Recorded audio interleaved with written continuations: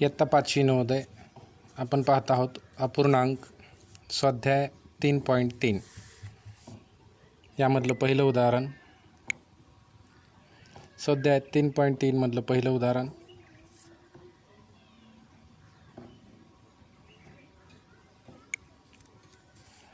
सोडवा.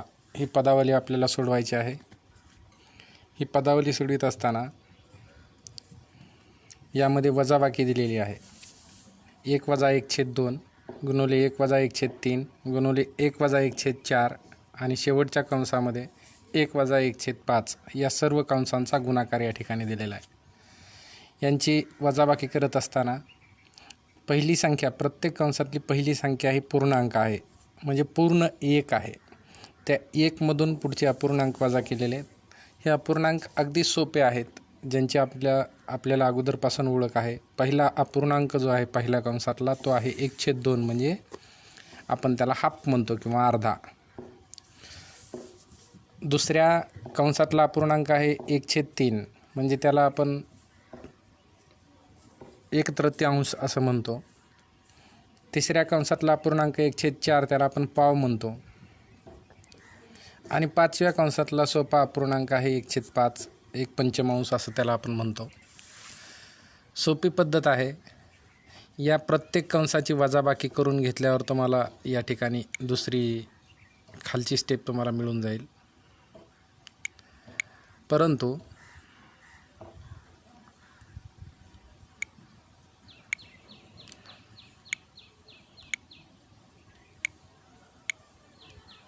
ही स्टेप मिळवण्याच्या अगोदर या प्रत्येक अपूर्णांकाची वजाबाकी आपल्याला करावी लागेल. ती वजाबाकी करत असताना 1 + 1/2 यांची वजाबाकी करायची, म्हणजे 1 मधून 1/2 म्हणजे अर्धे वजा केले तर खाली काय राहणार.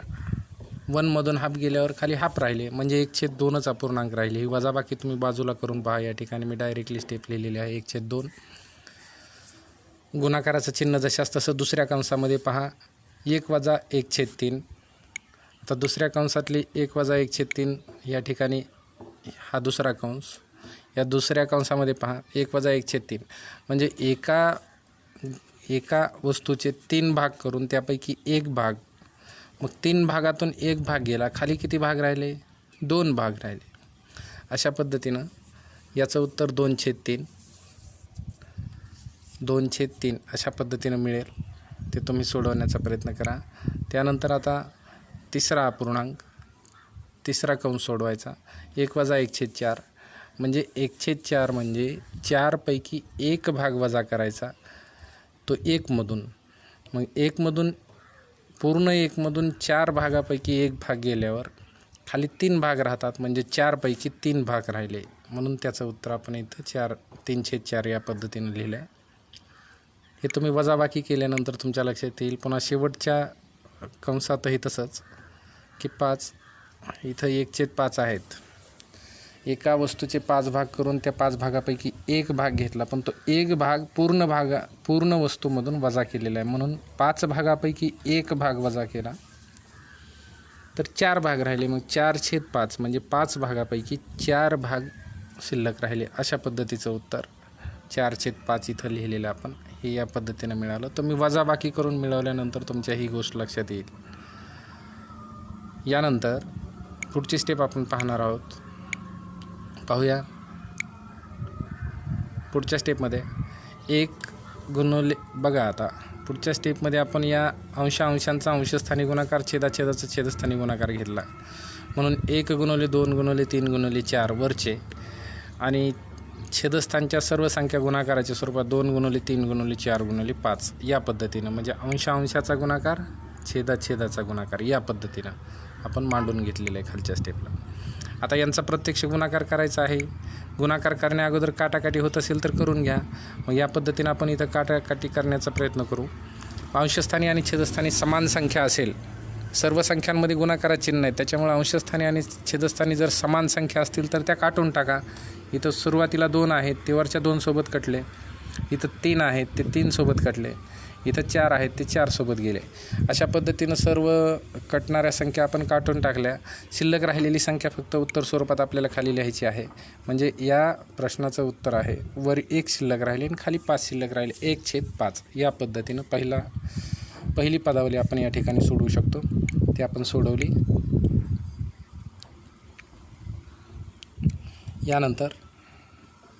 यानंतर आपण दुसरं उदाहरण सोडविण्याचा प्रयत्न करू.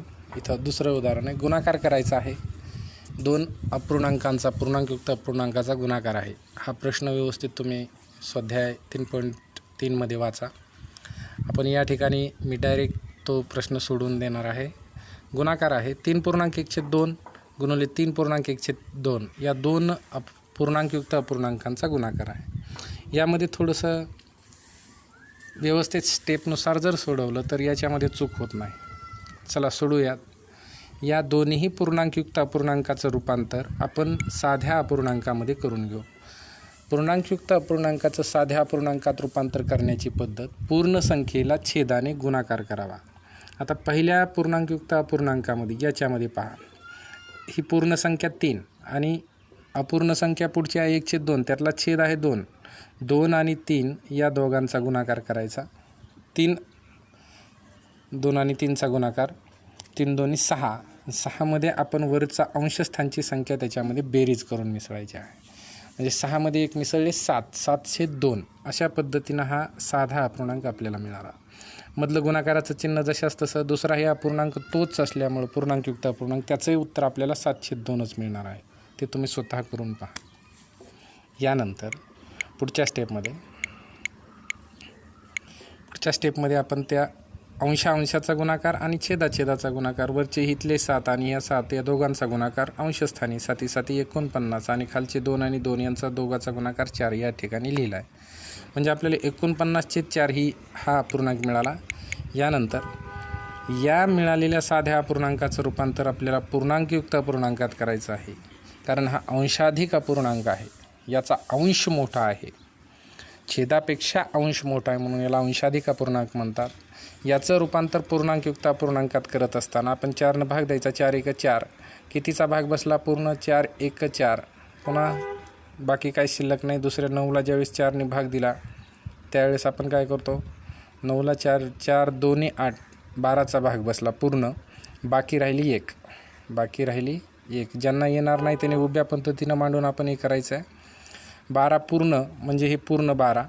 बाकी राहिलेली 1 अंशस्थानी आणि छेद जशास तसा लिहावा लागतो. हे पूर्णांकयुक्त अपूर्णांकाचं साध्या अपूर्णांकाचं पूर्णांकयुक्त अपूर्णांकात रूपांतर करण्याची पद्धत आहे. हे जर लक्षात येत नसेल तर आपण साध्या पद्धतीनं भागाकार मांडणी करून तुम्ही करू शकता. जसं की या ठिकाणी मी सोडून देण्याचा प्रयत्न असं मांडा. 49 इकडं 4ने भाग द्या. 4 × 4 ही पहिले 4 वजा गेले, 1चा भाग बसला, 0 आले. 9 दुसरी संख्यावरून आली, त्याला आता 4ने भाग द्या. 4 2 8 1 वजा करा, 8 वजा केले, खाली बाकी राहिली 1, पूर्ण संख्या मिळाली 12. जे उत्तर मिळालं ते 12 इथं.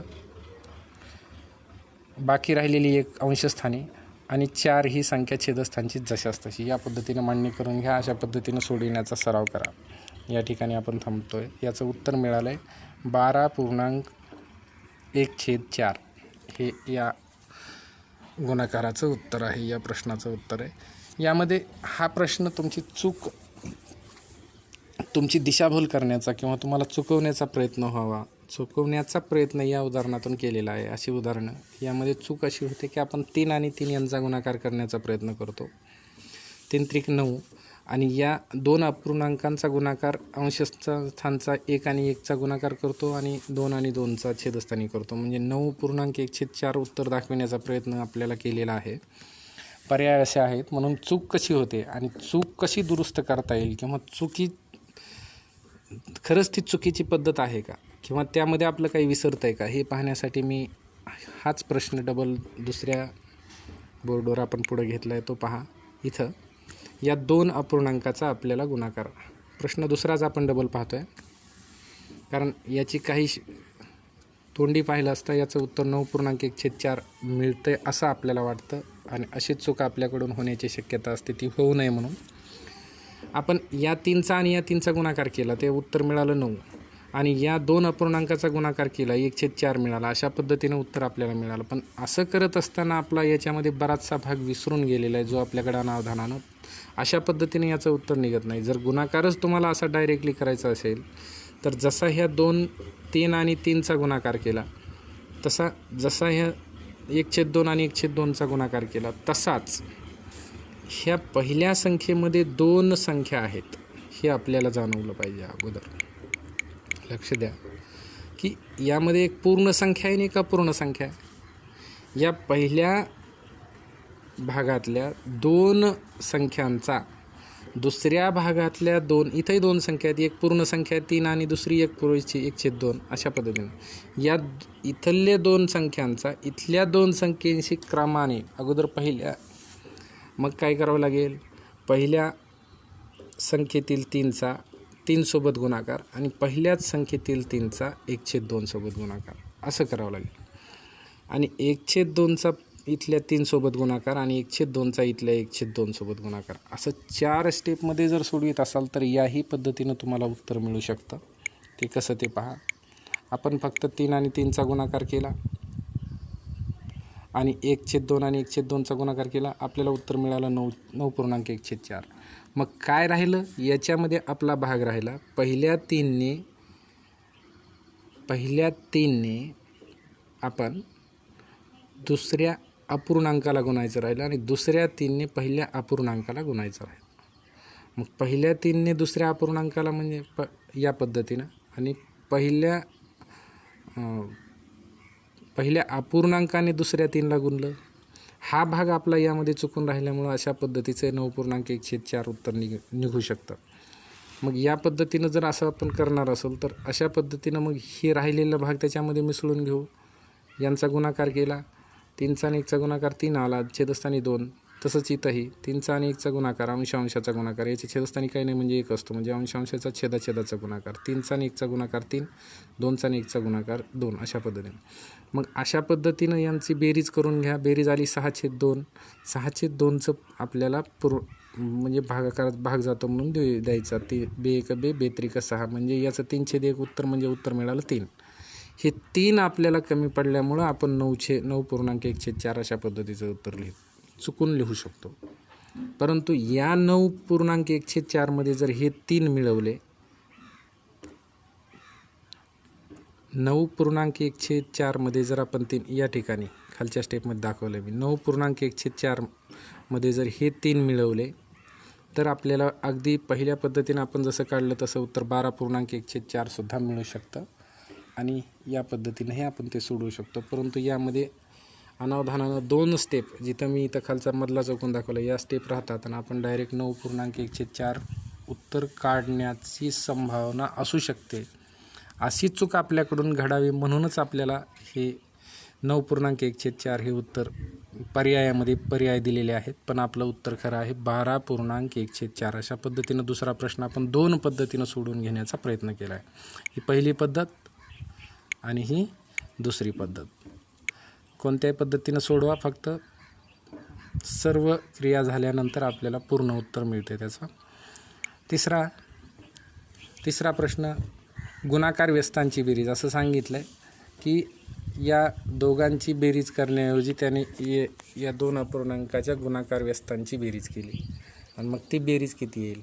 विनाकारणचा काही भाग उदाहरणामध्ये आपल्याला गोंधळात टाकण्यासाठी दिला आहे. पहिलं वाक्यामध्ये एवढं काही महत्त्वाचं नाही. दुसरंच वाक्य आणि दुसऱ्याच वाक्याचं उत्तर त्यांनी आपल्याला विचारलं आहे.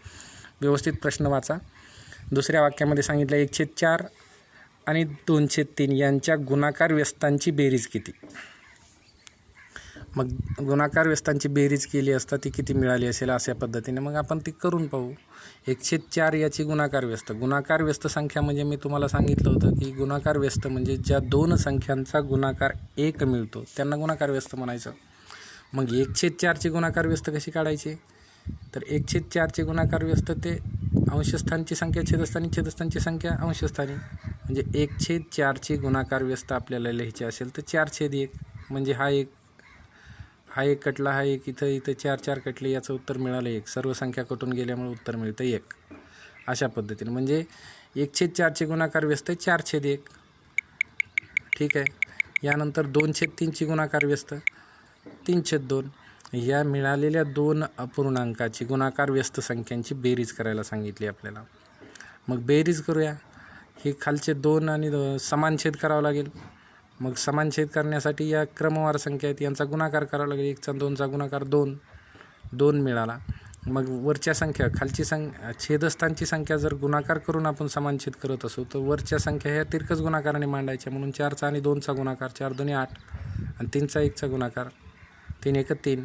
अशा पद्धतीने 8 अधिक 3 छेदस्थानी 2 म्हणजे 8 आणि 3 11/2. आता याचं पूर्णांकयुक्त अपूर्णांकात रूपांतर केलं तरी चालतं, पण आपल्याला पर्याय हाच दिल्यामुळं आपल्याला याच पद्धतीचं उत्तर लिहायचं आहे किंवा हेच उत्तर आपल्याला दाखवावं लागेल. 11/2 या पद्धतीनं प्रश्न तिसरा. प्रश्न चौथा आपण पाहू. चौथ्यामध्ये पुढीलपैकी चढत्या क्रमाने अपूर्णांक असणारा पर्याय कोणता? म्हणजे अपूर्णांकाचा चढता क्रम आपल्याला लावायचा आहे. चढता क्रम अपूर्णांकाचा क्रम लावताना काही नियम आपल्याला आपण सर्व नियम एका व्हिडिओमध्ये पाहण्याचा प्रयत्न आपण शेवटी करणार आहोत. आजच्या शेवटच्या व्हिडिओनंतर एक व्हिडिओ अपूर्णांकाचा लहान मोठेपणा ठरवणं त्या संदर्भात आपण तयार करण्याचा प्रयत्न करणार आहोत.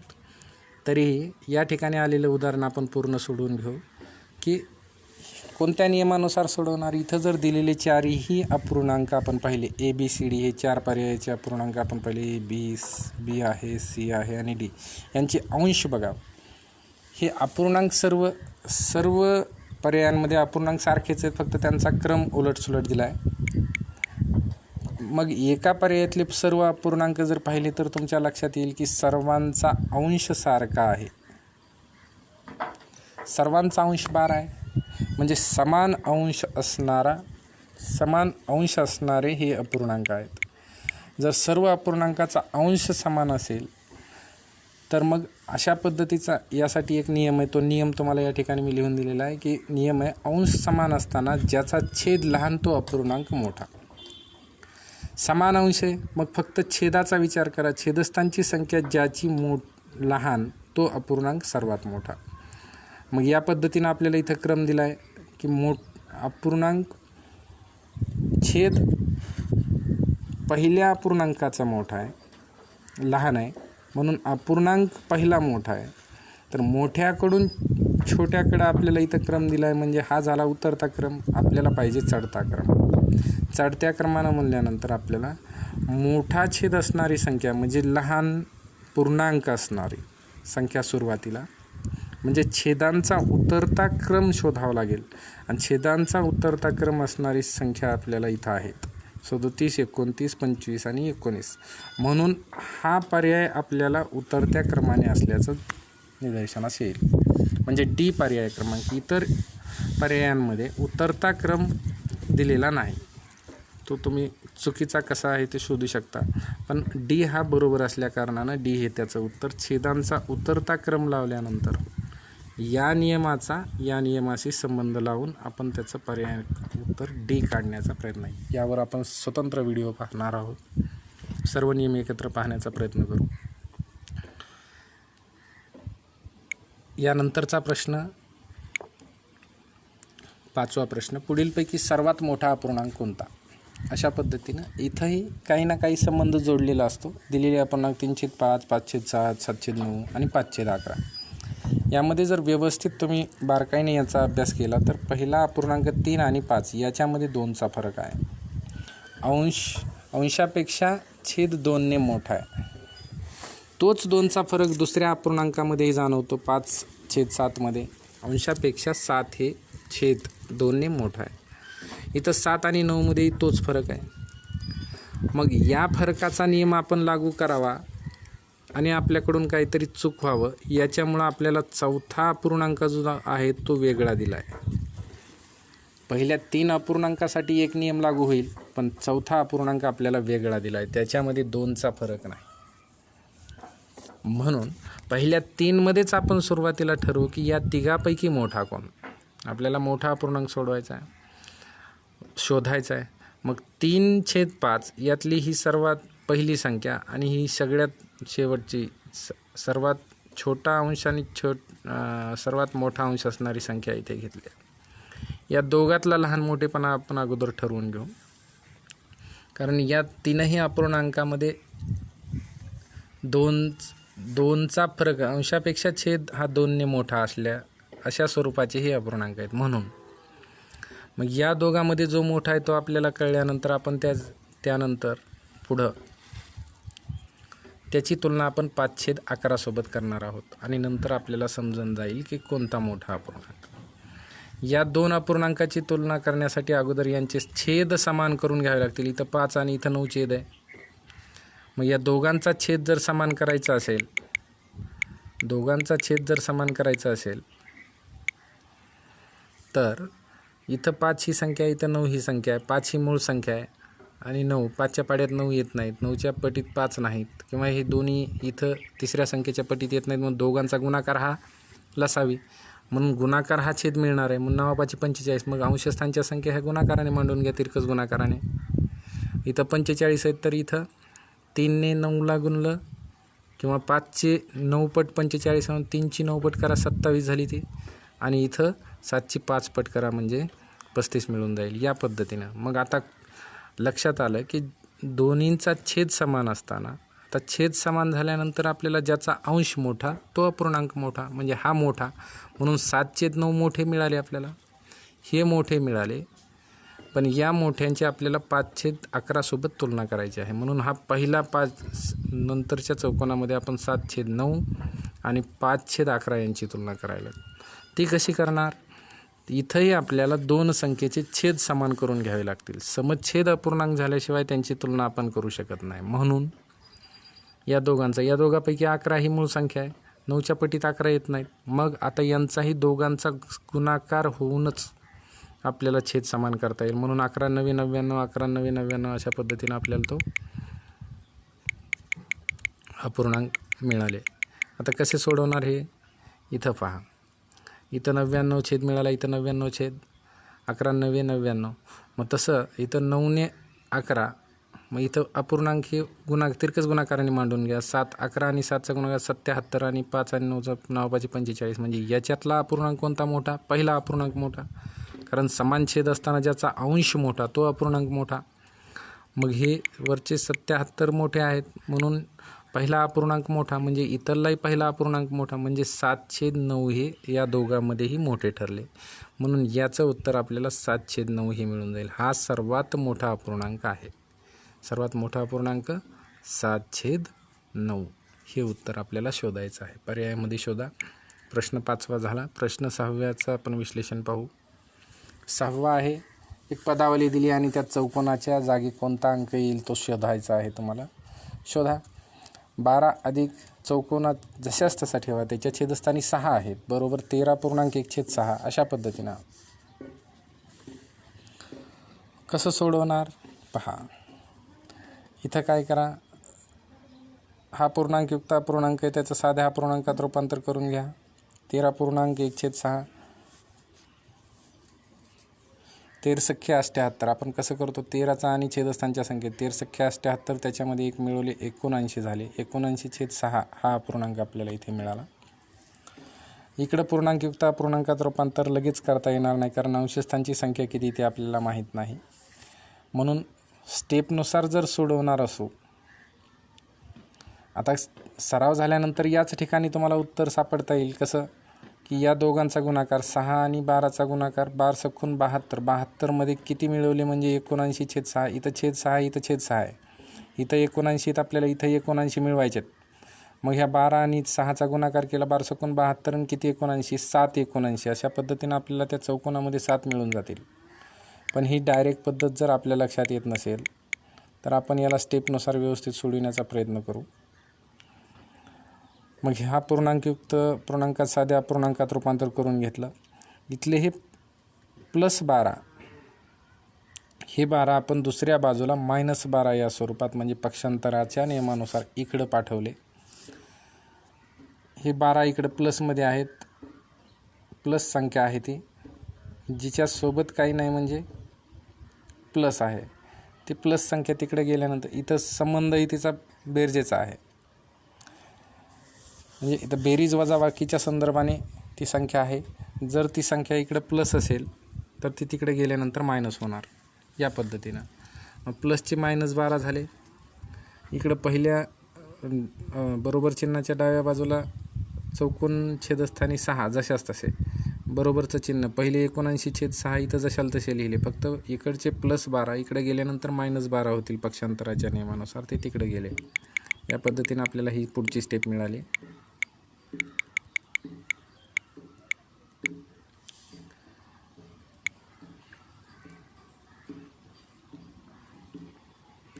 अशा पद्धतीने आपण ही पुढची स्टेप सोडवण्याचा प्रयत्न करू. याच्या पुढं हे -12 कसे करायचे. आता -12 करण्यासाठी अजून आपल्याला छेद समान करून घ्यावा लागेल. छेद समान करण्यासाठी याचा छेद आपल्याला माहीत नाही, तो छेद आहे 1.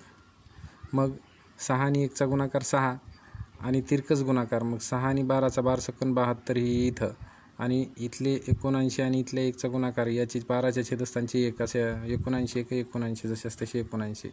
अशा पद्धतीने आपल्याला ह्या 79 - 72 या 2 संख्या मिळतील. आता या 2 संख्या मिळाल्यानंतर त्या दोघांचाही छेद 6 आहे. चला अंशाची वजाबाकी करून घ्या. 79 - 72 म्हणजे 7 शिल्लक राहिले. हे 7 इथं शिल्लक राहिले आणि छेद 6 आहे. इथंही आपल्याला उत्तर मिळून जाईल की इथंही छेदस्थानी 6 आहेत, इथंही छेदस्थानी 6 आहेत, अंशस्थानी इथं 7 आहेत, मध्ये बरोबरचं चिन्ह आहे, म्हणजे या चौकोनाच्या जागीही आपल्याला 7च असले पाहिजेत. इथंही समजून जाईल. नसेल, नाही समजत तरी आपण पुढं जाण्याचा प्रयत्न करू. पुढं जाऊन आपण पुढच्या स्टेपमध्ये याला सोडू की छेदस्थानचे 6 इकडं.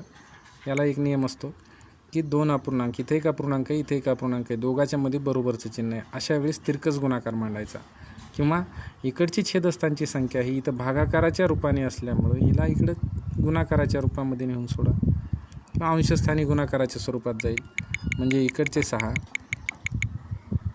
छेदस्थानचे 6, हे 6 आपल्याला इथं फक्त गुणाकारामध्ये 6च्या स्वरूपात जातील पक्षांतराच्या नियमानुसार. इकडं फक्त राहिला चौकोन बरोबर 7/6 गुणिले 6. मग आता यांच्यामध्ये काय होतो, ही 6 ही तर 6 सोबत यांचा भागाकार होतो, कारण हे अंशस्थानचे 6 आहेत. याच्या छेदस्थानी काही नाही म्हणजे 1 आहे. 6चा छेदस्थानीच्या अंशस्थानच्या 6चा भागाकार झाला, भाग 1चा बसला. मग 7 गुणिले 1 वर अंशस्थानच्या संख्याचा गुणाकार, खाली 1 गुणिले 1. अशा पद्धतीनं म्हणजे यांची काटाकाटी केली असता उत्तर आपल्याला मिळून जाईल. चौकोनाच्या याच्यामध्ये उत्तर मिळेल 7, आणि या चौकोनामध्ये 7 असले पाहिजेत असं आपल्याला सांगायचं. मग 7 उत्तर असणारा पर्याय तुम्हाला शोधायचा आहे, तो शोधा. या पद्धतीनं आपण हा 6वा प्रश्न पाहिला. 7वा प्रश्न पाहायचा आहे आपल्याला. 7वा प्रश्न थोडा आपण उपयोजनात्मक पद्धतीनं समजून घेण्याचा प्रयत्न करू. याला कुठलंही समीकरण न मांडता, समीकरण मांडून सोडवलं तरी चालतं, खूप वेळ लागतो सगळे समीकरण मांडायला. डायरेक्टली समजतं आहे का, आपण ते समजून घेण्याचा प्रयत्न करू. या ठिकाणी उदाहरण आहे, एक भांडे पाण्याने 1/5 भरलेले आहे. ते पूर्ण भरण्यासाठी आणखी 40 लिटर पाणी लागत असेल तर त्या भांड्याची क्षमता किती आहे. एक भांडे पाण्याने 1/5 भरलेलं आहे, याचा अर्थ, या वाक्याचा अर्थ आपल्याला शोधायचा. एक भांडे पाण्याने 1/5 भरलेले आहे म्हणजे एक भांडं आहे आणि त्या भांड्याचे समान 5 भाग आहेत. तुम्हाला आकृतीत जसे दिसतात तसे समान 5 भाग, 1 2 3 4 5. मी या ठिकाणी 5 भाग करून दाखवले, त्यातला एक भाग निळा आहे. एक भाग निळा आहे म्हणजे 1/5, 5वा भाग निळा आहे. 5 भागापैकी एक भाग निळा आहे म्हणजे त्याला 1/5 म्हणतात. या 1/5 शब्दाचा अर्थ होतो 5 भागापैकी एक भाग काय झाला आहे, पाण्याने भरला आहे. म्हणजे याच्यामध्ये आपण पाणी ठेवलं आहे, पाणी, निळ्या स्वरूपाचं पाणी याच्यात टाकलं. मग हे एक भाग पाणी. मग दुसरा उदाहरणामध्ये पुढं काय सांगितलं आपल्याला, पुढं सांगितलं आहे ते पूर्ण भरण्यासाठी आणखी 40 लिटर पाणी लागत आहे. म्हणजे रिकामा जो भाग आहे 2 3 4 आणि 5 हा पांढऱ्या रंगाचा जो भाग दिसतो तो रिकामा भाग आहे, आणि तो रिकामा भाग भरण्यासाठी आपल्याला पाणी लागणार आहे 40 लिटर. त्या भांड्याची क्षमता किती. तर प्रश्न आपल्याला विचारला आहे की त्या भांड्यामध्ये सर्वच्या सर्व जे पाणी ते किती लिटर बसायला पाहिजे, त्याची क्षमता किती, तो किती पाणी धरून ठेवू शकतो, ते भांडं भरून ठेवू शकतो. चला, रिकामे भाग 4 आहेत. ते 4 भाग भरण्यासाठी आपल्याला 40 लिटर पाणी लागतं आहे. इथं आपण लाल रंगामध्ये 4 भाग ते दाखवलेले आहेत या ठिकाणी. हे 4 भाग भरायला 40 लिटर पाणी लागतं. म्हणजे एक भाग भरायला किती लिटर पाणी लागेल? या भागात 4 भागाचे 40 म्हणजे प्रत्येक भागाला 10 लिटर पाणी लागेल. तेव्हा हे 4 भाग भरते. तसे भाग पूर्ण आहेत आपले 5. मग एका भागामध्ये 10, दुसऱ्यात 10, तिसऱ्यात 10, चौथ्यात 10 लिटर पाणी. इथं 10 आहे, इथं 10 आहे, इथं 10 लागणार आहे, इथं 10 लागणार आहे. असं 4 भागात 40 लिटर पाणी लागणार आहे. मग एक भाग जर 10चा असेल तर हा पहिला भाग आहे जिथं पाणी आपण भरून ठेवलं आहे, 5वा भाग. या 5व्या भागातही 10 लिटर पाणी हे मान्य करावं लागेल, कारण भाग हे समान असतात. एक पंचमांश म्हणजे हे समान 5 भाग या भांड्याचे केलेले असतात. अपूर्णांक छेद असं सांगत असतो. 1/5 म्हणजे 1/5. हा 1/5 भाग आहे. पण याचा अर्थ या भांड्याचे समान 5 भाग केले ते 1 2 3 4 5 आणि हे 5 भागापैकी 1 भागात पाणी. पण हे भाग किती ते माहीत नव्हतं पाणी. पण या 4 भागात जर 40 लिटर पाणी तर प्रत्येक भागात 10 लिटर पाणी. म्हणून याही भागामध्ये 10 लिटर पाणी आपण त्याने अगोदरच भरलेलं आहे असं आपल्याला समजेल. मग मला सांगा, या भागात 10 लिटर, इथं 10, इथं 10, इथं 10 आणि इथं 10, एकूण 5 भागामध्ये एका भागात 10 लिटर तर 5 भागामध्ये 50 लिटर पाणी मिळेल. म्हणून या प्रश्नाचं उत्तर आपल्याला किंवा या भांड्याची क्षमता आपल्याला 50 लिटर पाणी असं या पद्धतीने मिळेल. 50 लिटर पाणी या भांड्यामध्ये बसू शकतं अशा पद्धतीने. हे उपयोजनात्मक पद्धतीनं आपण समजून घेण्याचा प्रयत्न केला आहे. तुम्ही व्यवस्थित समजून घ्या. यानंतरचा आपण 7वा प्रश्न, या ठिकाणी 8वा प्रश्न, शेवटचा प्रश्न पाहणार आहोत. या पद्धतीची पदावली आपण 3.1, 3.2 आणि नमुना सराव प्रश्नामध्येही पाहिलेलं आहे. या पद्धतीची पदावली नेहमी परीक्षेमध्ये येऊ शकते, येतात. ही पदावली आपण या ठिकाणी सोडवून दिलेली आहे. इथं पदावलीचे नियम बेरीज, वजाबाकी, गुणाकार, भागाकार, कंस, पूर्णांकयुक्त अपूर्णांक, साध्या अपूर्णांक अशा सर्व नियमांनी युक्त हे उदाहरण या ठिकाणी दिलेलं आहे. हे उदाहरण आपण सोडवण्याचा प्रयत्न करू. सोडूयात. इथं सोडून घेऊ त्याला आपण.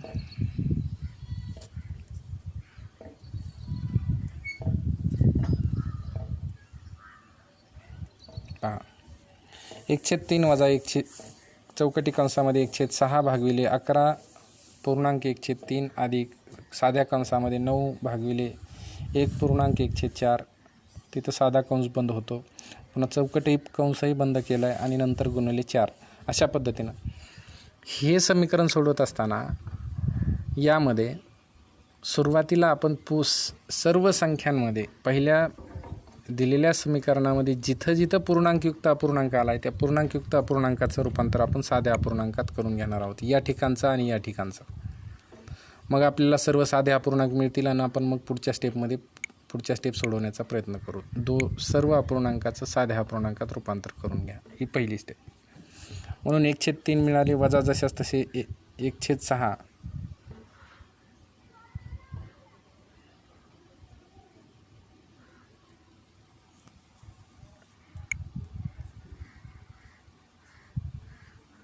17/6.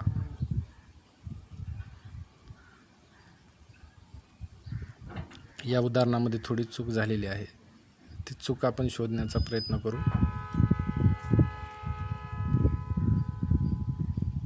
हे उदाहरण चुकीचं लिहिण्यात आलेलं आहे. हे उदाहरण आपण नंतर सोडवण्याचा प्रयत्न करू. या ठिकाणी आपण हा व्हिडिओ थांबवत आहोत.